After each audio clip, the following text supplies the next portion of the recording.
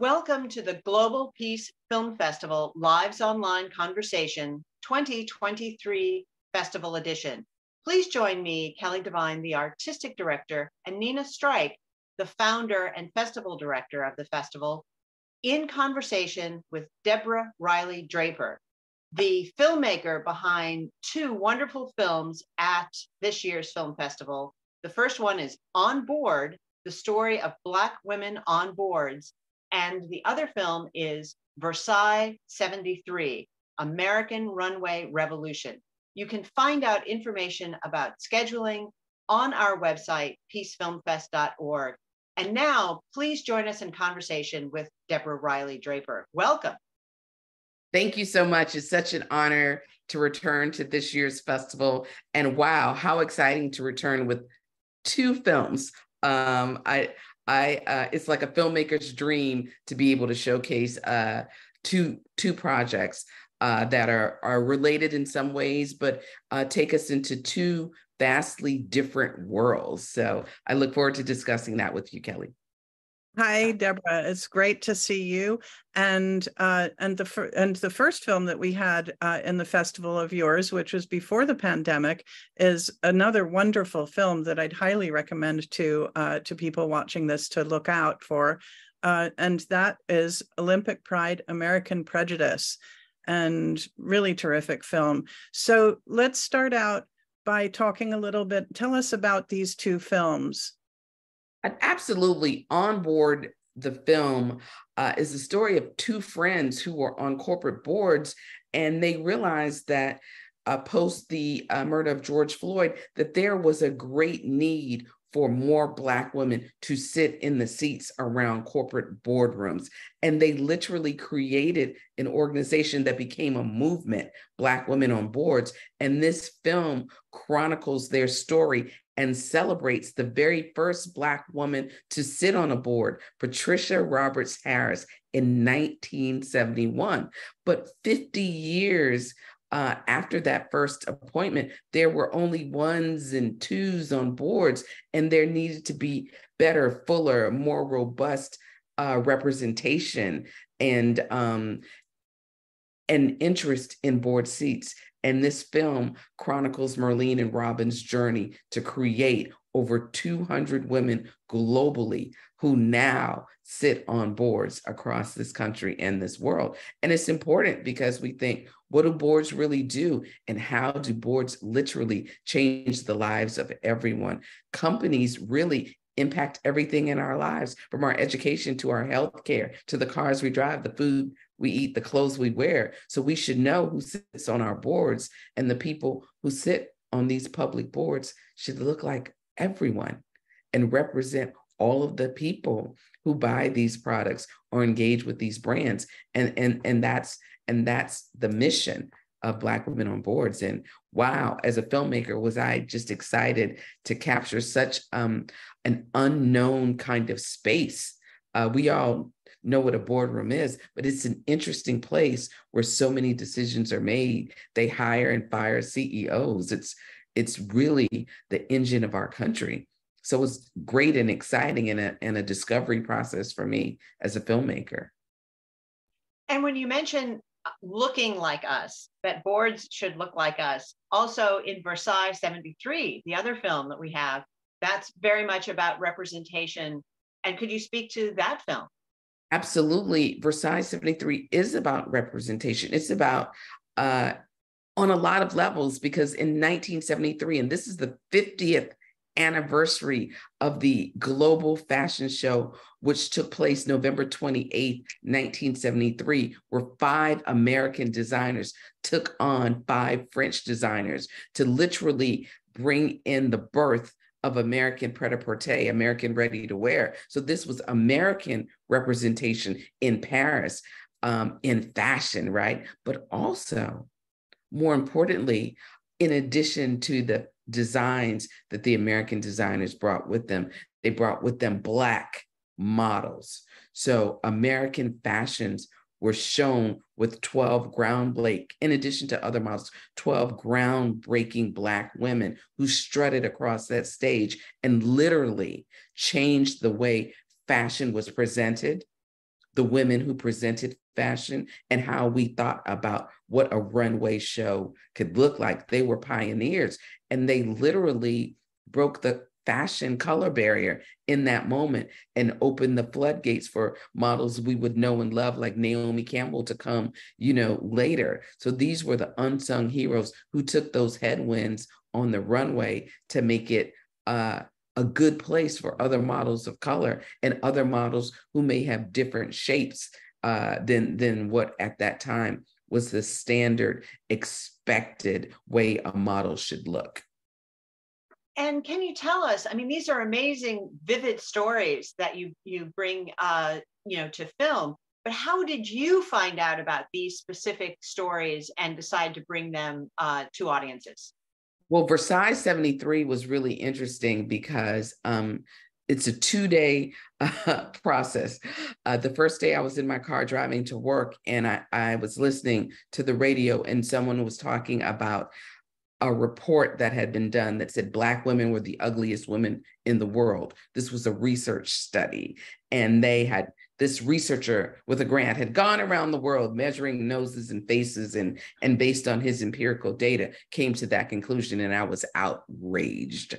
The next day I'm in my car driving to work again, and I hear the story of when Black women changed the runway in Paris. And I was like, wow, someone should make a movie out of that. And that someone became me, because it was really important not to tell a story about representation, but to tell a story about a seminal, critical moment in American history that Black women were involved in that literally changed the fashion industry in this country, which, as we know, is one of our biggest global exports, right? But prior, in the 60s and the 70s, America wasn't seen as a fashion leader. Paris was the fashion leader. And this story literally is a story about 5 designers and their Black models who helped change that moment. And their designers, we know, Bill Blass, Anne Klein, Oscar de la Renta, Halston, and a very unknown Black designer named Stephen Burrows. And so these designers and their models went to the Lions of Haute Couture at Versailles and said, we can design and show our fashions as well as you can, if not better. And these girls added the if not better part to that, the exclamation point to that night. So how can you not want to tell that story?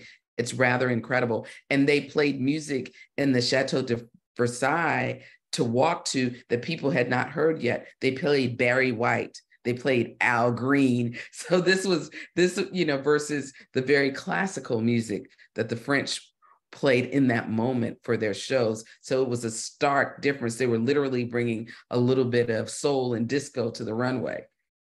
Oh, that's amazing. And how did you get to know the ladies from OnBoard? Well, what's interesting is one of the executive producers, Shannon Nash, is a friend of mine, and she had what was a birthday party at a spa, and I met these ladies, and I thought, the work you're doing is incredible. And in that moment, we said, this should not be quiet.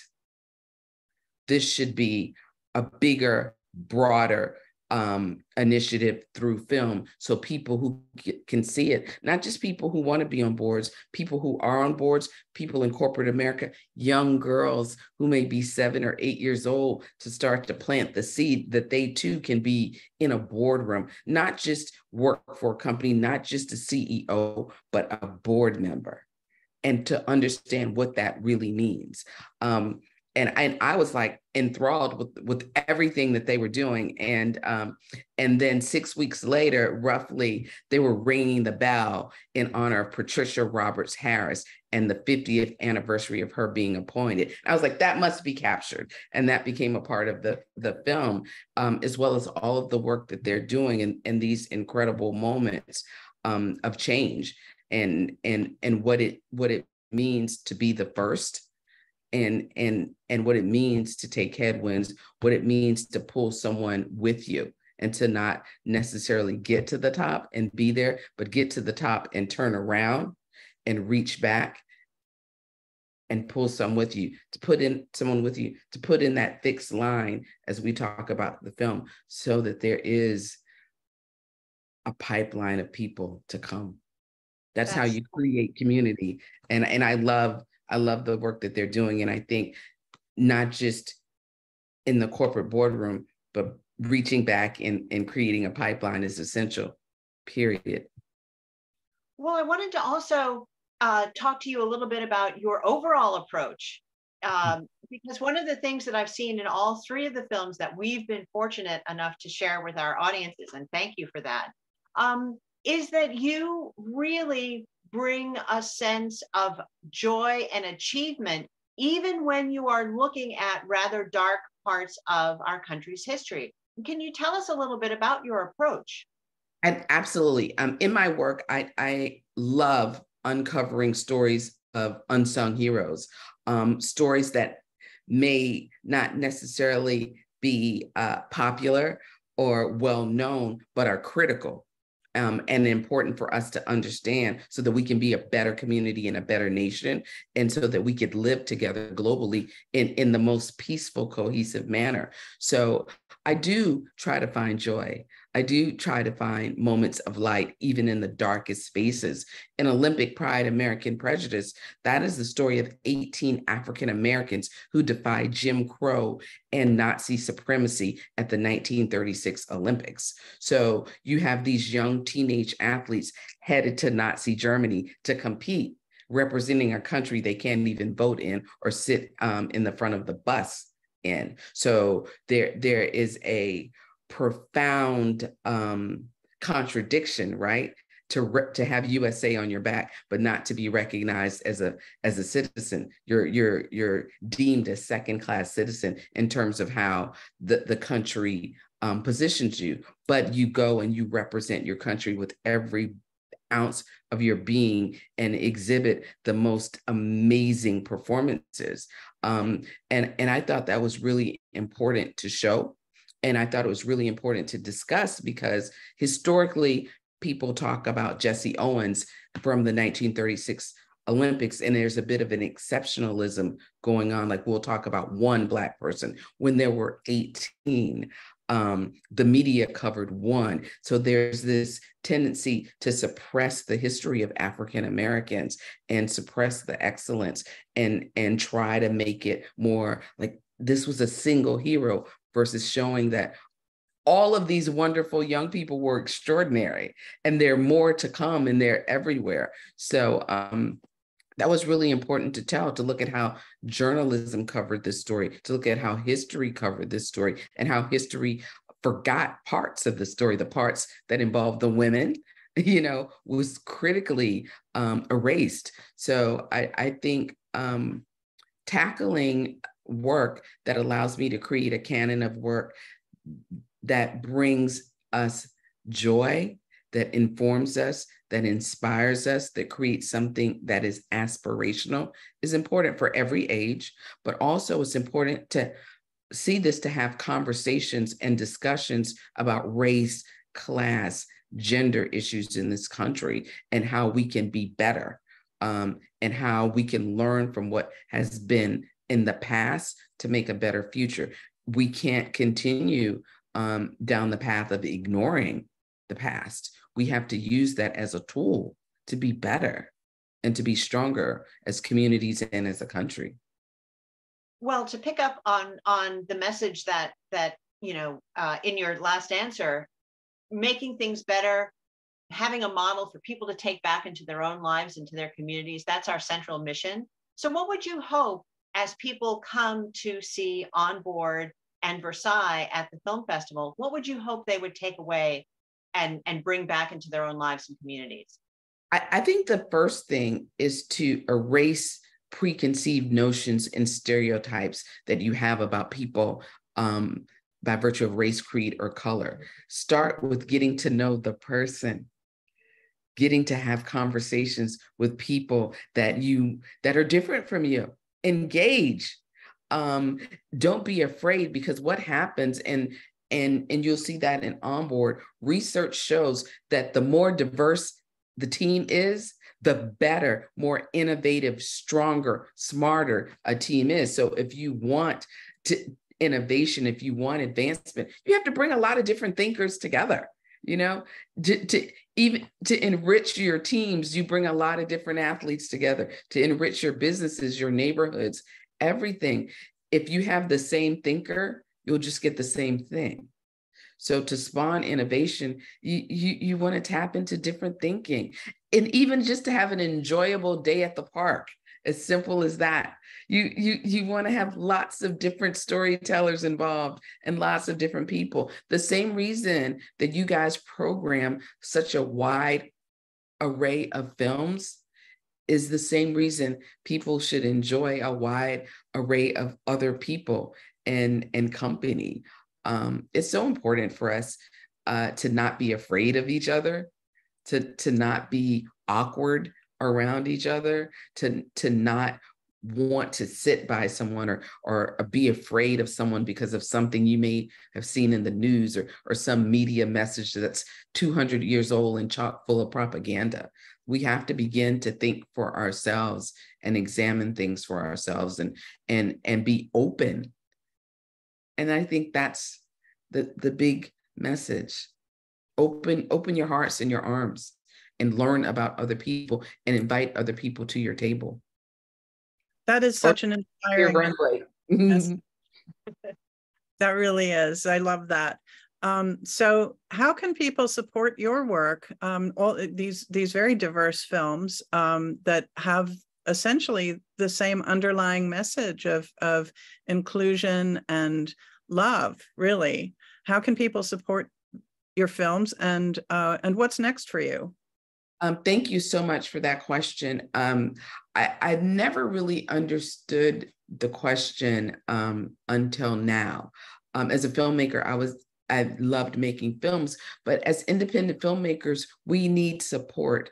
And that support looks like seeing our films, going to Vimeo, and watching Olympic Pride, American Prejudice, going there and watching Versailles 73, watching it on Prime or wherever you can. But for us, going to our website at coffeebluffpictures.com, looking at a film, clicking on it and watching it helps us. It helps us make more films. It helps us create a career that has sustainability.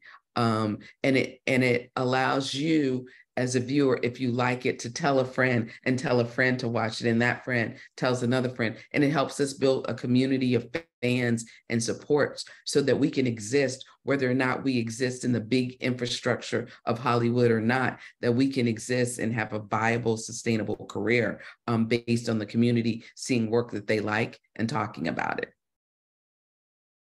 And do you have any other projects that you're working on right now? Yes, I'm working on a couple of projects right now. I can't share, it's a big secret. But if people go to coffeebluffpictures.com and sign up for the newsletter, they'll be able to get all of this information. And when we're done, we'll come back to the festival for a third time and screen, which will be a ton of fun. But I think I appreciate your question so much about how to support, because there's so many amazing filmmakers, and we never say, please watch our films. We say everything else, but we forget to say that part. That's why I appreciate the question and support all indie filmmakers, because we do it because we love it, but we also have to make sure that we understand the business of filmmaking too, and that it's important that we get the eyeballs so that our companies, production companies, will grow, and that other people will hire us to make films, and our brands become bigger. That's important. It certainly is important. And we thank you, Deborah, for your time today, and for all the work that you've done. It's been our privilege to be able to highlight your work. So thank you. Thank you. And thank you to everyone who watched today's Glow. We have been speaking with Deborah Riley Draper, the dynamic filmmaker behind OnBoard, the story of Black women on boards. And for more information about that film, please go to onboardthefilm.com and get all the information about that. Be sure to check out the screening times at our festival. And the other film we are privileged to show is Versailles 73, American Runway Revolution. For information about that film and many of Deborah's other projects, please go to coffeebluffpictures.com. That's coffeebluffpictures.com. And I'll reiterate what Deborah had said. Please do consider signing up for the newsletter. It's fantastic to get these updates, so you will really benefit from doing that. And again, please go to our website, peacefilmfest.org. Check out all of our programming. Our live events begin September 19th and run through the 23rd of September. And our virtual programming begins September 25th and runs through October the 1st. We have lots of stuff for you to watch. We really welcome you to come and support all of our filmmakers. So thank you, and we'll see you at the next Glow.